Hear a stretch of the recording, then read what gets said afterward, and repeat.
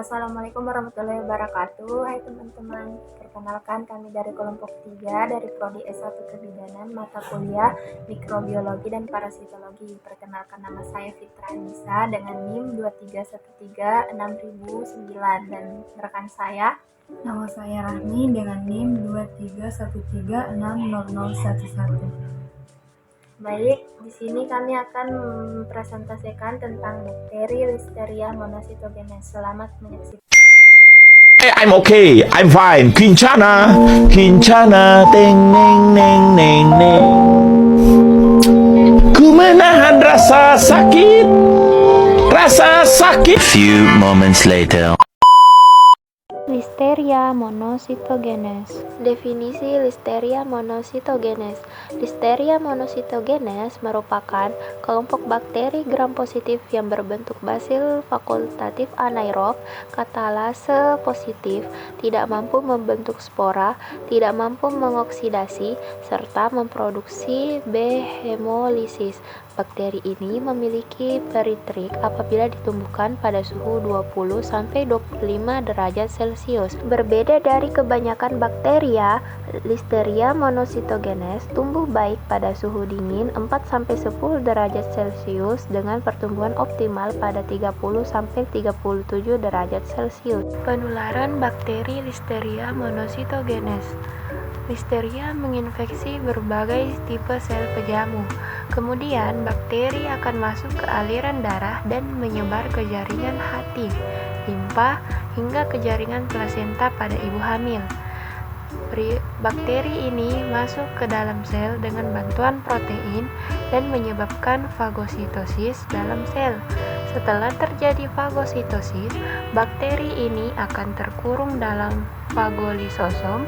Kadar pH fagolisosom rendah memicu listeriosin O bekerja melisiskan membran fagolisosom, sehingga bakteri Listeria monocytogenes terbebas dalam sitoplasma.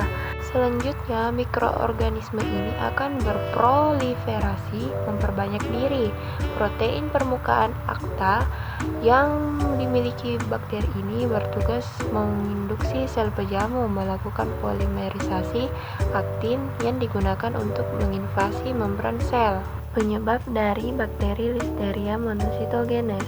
Pada wanita hamil, sebagian besar ibu hamil yang mengalami infeksi bakteri ini akan mengalami flu ringan, keguguran, lahir mati, korioamnioritis, kelahiran prematur, dan yang terakhir sepsis pada ibu dan juga neonata. Pada bayi, dua jenis listeriosis pada bayi yaitu early onset syndrome dan late onset syndrome.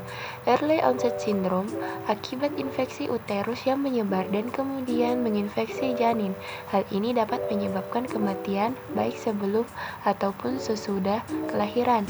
Late onset syndrome menyebabkan meningitis sesaat setelah kelahiran hingga minggu ketiga, umumnya oleh infeksi Listeria monocytogenesis serotif yang dapat mengakibatkan kematian. Lansia dan penderita imunodefisiensi. Gejala klinis meningitis yang disebabkan oleh bakteri ini yaitu demam, menggigil, sakit kepala, sakit perut, dan diare. Pada dewasa normal, yang dimaksud kelompok dewasa normal adalah kelompok selain wanita hamil, bayi, lansia, dan penderita imunodefisiensi.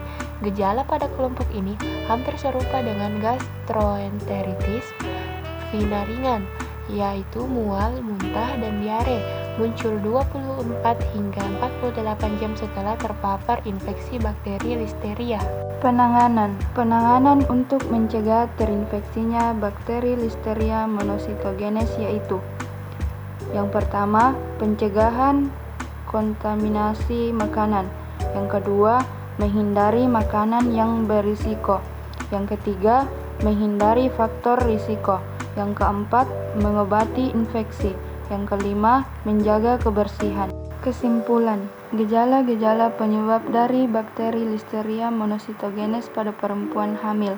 Bakteri Listeria monocytogenes dapat menyebabkan keguguran, lahir mati, korioamnionitis, kelahiran prematur, dan sepsis pada ibu dan juga neonatal. Bakteri ini juga dapat menyebabkan infeksi serius pada bayi, anak-anak, orang sakit, dan lanjut usia, serta orang dengan sistem kekebalan tubuh yang lemah.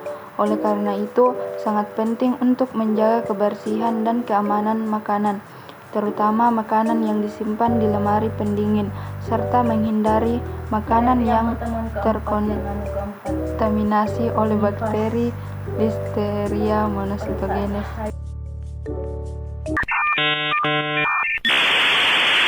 Saya wassalamualaikum bro.